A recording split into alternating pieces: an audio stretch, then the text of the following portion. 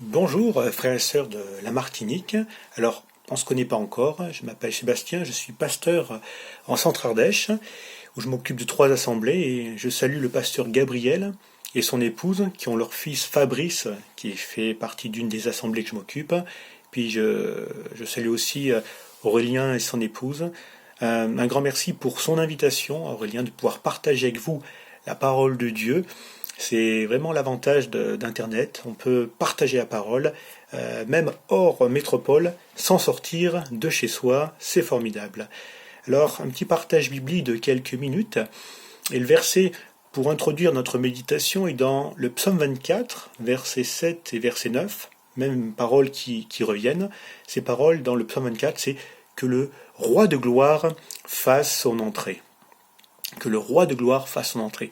Il me semble que c'est l'aspiration du peuple de Dieu. Seigneur, viens, Seigneur, reviens, que ton règne vienne.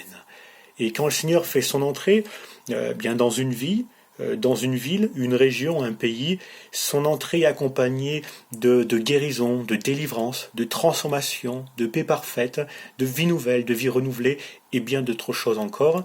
Un exemple dans Acte 8, versets 5 à 8, je lis pour vous. Philippe descendit dans la ville de Samarie et y prêcha le Christ. Les foules tout entières étaient attentives à ce que disait Philippe lorsqu'elles apprirent et virent les signes miraculeux qui accompagnaient. En effet, des esprits impurs sortaient de beaucoup de démoniaques en poussant de grands cris, et beaucoup de paralysés et de boiteux étaient guéris, et il y eut une grande joie dans cette ville. Amen, que le roi de gloire fasse son entrée. Alors, nous aspirons à cela, nous prions pour cela, surtout maintenant, dans les temps de crise que nous vivons, mais peut-on faire quelque chose de plus? Peut-on faire quelque chose de plus?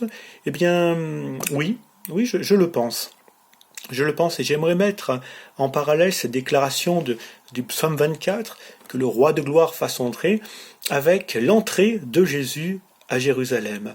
Alors, c'est vrai que l'entrée de Jésus à Jérusalem n'a pas été suivie du règne messianique espéré. L'attente de beaucoup de personnes, c'est que Jésus, fils de David, soit le digne héritier de David, un grand guerrier qui mettrait les Romains, les envahisseurs hors du pays. Mais c'est une autre libération que Jésus est venu accomplir dans les vies.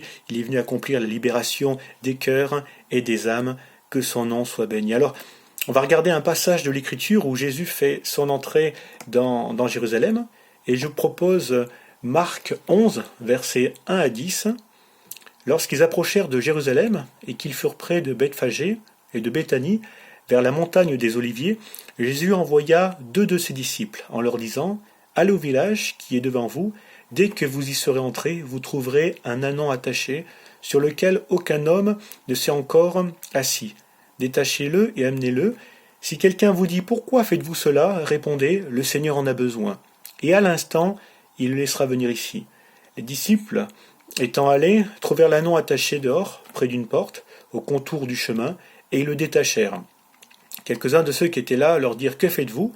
Pourquoi détachez-vous cet ânon ?» Ils répondirent comme Jésus l'avait dit, et on les laissa aller. Ils amenèrent à Jésus l'ânon, sur lequel ils jetèrent leurs vêtements, et Jésus s'assit dessus. Beaucoup de gens étendirent leurs vêtements sur le chemin, et d'autres des branches qu'ils coupèrent dans les chemins. Ceux qui précédaient et ceux qui suivaient Jésus criaient « Hosanna, béni soit celui qui vient au nom du Seigneur, béni soit le règne qui vient, le règne de David, notre Père, Hosanna, dans les lieux très hauts. Amen. » Plusieurs éléments vont nous intéresser pour que le roi de gloire fasse son entrée. Ces éléments sont quelques paroles de Jésus, 3 actions des disciples, un ânon, des vêtements et des acclamations. Alors, quelques paroles de Jésus, versets 2 et 3. Paroles de Jésus ou directives de Jésus. Allez au village qui est devant vous. Dès que vous y serez entrés, vous trouverez un ânon attaché, sur lequel aucun homme ne s'est encore assis. Détachez-le et amenez-le. Si quelqu'un vous dit « Pourquoi faites-vous cela ?» répondez « Le Seigneur en a besoin. » Et à l'instant, il le laissera venir ici. Et ces paroles nous montrent tout d'abord que c'est le Seigneur qui choisit la manière de faire son entrée. Il a son propre scénario. Et personne ne choisit pour lui comment il doit procéder. Je pense que si nous avions été là, on aurait certainement voulu coacher le Seigneur en lui disant « Seigneur, quand même, tu es le roi de gloire et il faut que tu fasses une entrée qui en jette. » Un peu comme dans Aladdin, vous savez, le dessin animé ou le film, pas celui avec Kev Adams, l'autre avec Will Smith, où quand Aladdin fait son entrée dans la ville auprès du palais, il y a des chants, il y a de la chorégraphie, il y a des animaux, c'est un spectacle, un show. Seigneur, faut que tu fasses un show, faut que tu fasses quelque chose de puissant.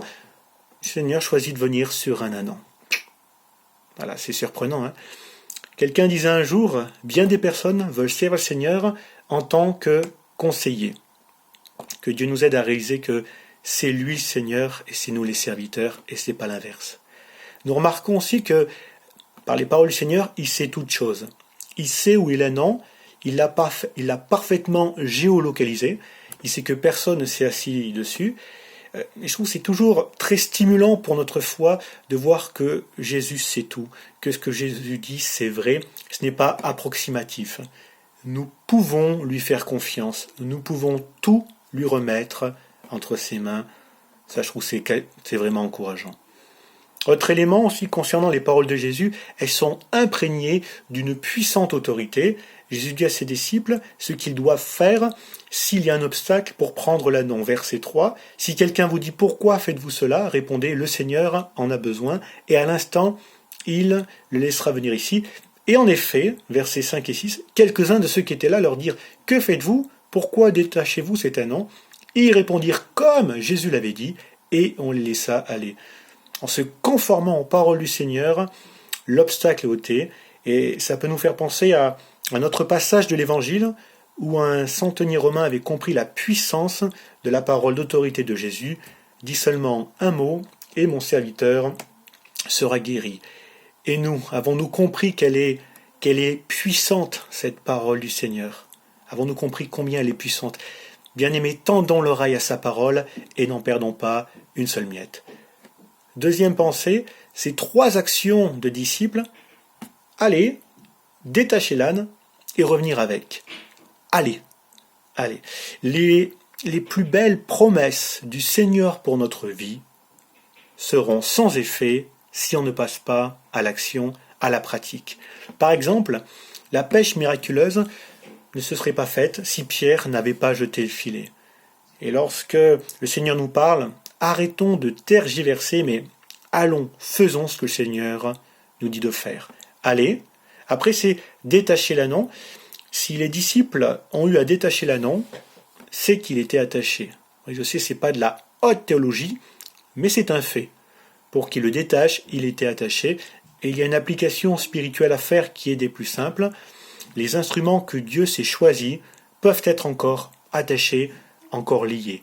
Et le rôle du disciple, dans la mesure de ses possibilités, c'est de participer à la libération de celui, de celle qui est attachée, en priant, en encourageant, en suivant, en exhortant, en accompagnant, en témoignant des grâces que lui-même a expérimentées.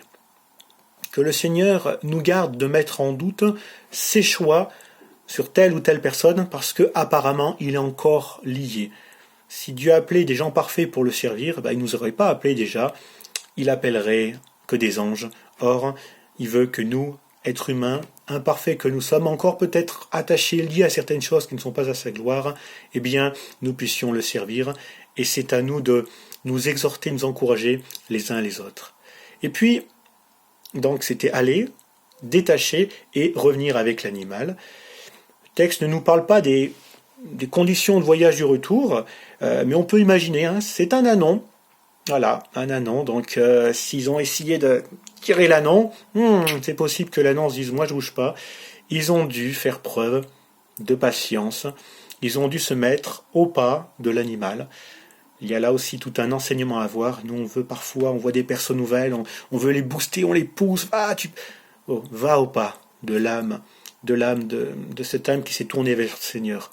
C'est un instrument que Dieu a choisi certainement, mais qui va piano va san, et qui va san va lontano, qui va doucement, va sûrement, qui va sûrement, va loin.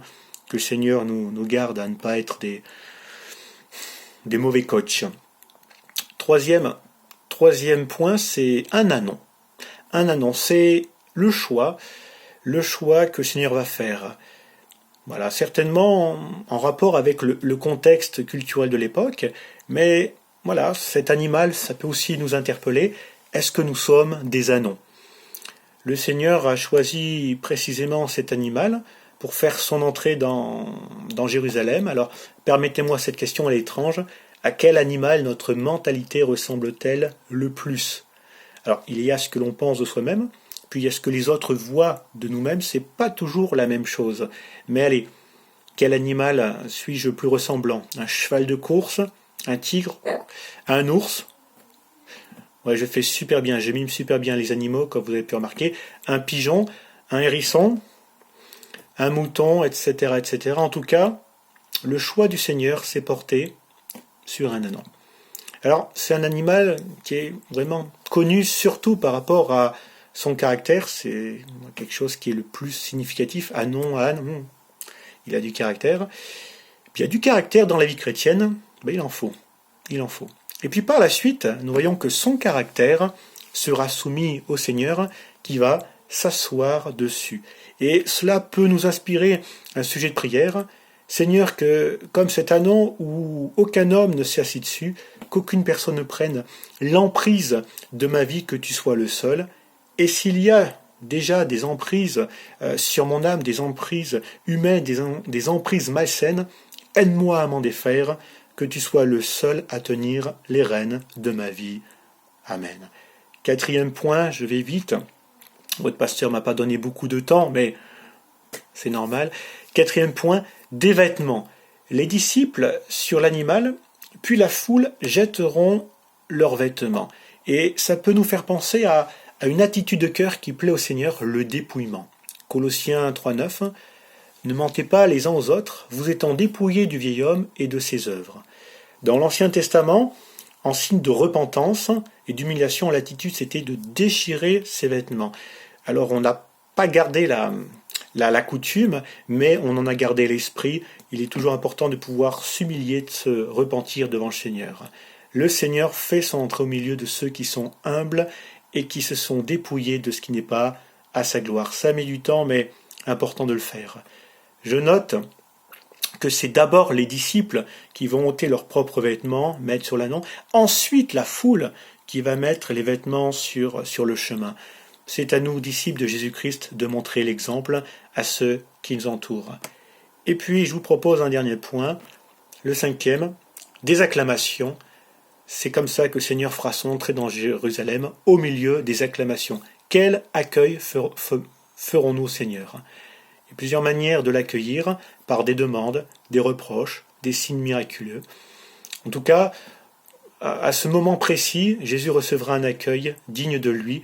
Ceux qui précédaient et ceux qui suivaient, Jésus criait « Hosanna, béni soit celui qui vient au nom du Seigneur, béni soit le règne qui vient, le règne de David notre Père, Hosanna dans les lieux très hauts. » Quelques jours plus tard, ils auront un autre langage, cette foule, peut-être pas exactement la même, en tout cas, une foule demandera la mort du Seigneur, mais à ce moment-là, dans Marc 11, l'accueil était à l'auteur de celui qui venait de Jésus-Christ. Alors, quel accueil feras-tu au Seigneur? Eh bien, espérons le meilleur qui soit. Il est digne de recevoir gloire, honneur, reconnaissance. Je conclus que le roi de gloire fasse son entrée, car c'est sa présence qui fait toute la différence. Qu'il puisse faire son entrée comme il entend, à sa manière, qu'on puisse se soumettre à toutes ces demandes, même si on ne les comprend pas toutes. Seigneur, tu veux un ânon? Moi je te propose un cheval de course. Ben non, le Seigneur veut un ânon. Seigneur, c'est toi le Seigneur. Et puis que l'état de notre cœur soit empreint d'humilité et de reconnaissance, que le roi de gloire fasse entrer. Prions Seigneur. Seigneur, c'est là notre désir, que tu fasses ton entrée dans nos cœurs, dans nos vies, dans l'église de Jésus-Christ, dans notre pays qui a tellement besoin de toi, car lorsque tu fais ton entrée, des choses glorieuses se mettent en place. Aide-nous à avoir toutes les attitudes qui conviennent et que tu puisses faire ton entrée. Tu bénis chacun d'entre nous, chacun de tes enfants, tu bénis tes serviteurs et durant ces moments particuliers, fais ton entrée dans nos cœurs, fais ton entrée dans nos vies, nous avons tellement besoin de toi Jésus. Amen. Voilà, frères et sœurs de la Martinique, vraiment que Dieu vous bénisse. Et puis, qui sait, peut-être qu'un jour, on aura la joie de se voir face à face. À bientôt. Amen.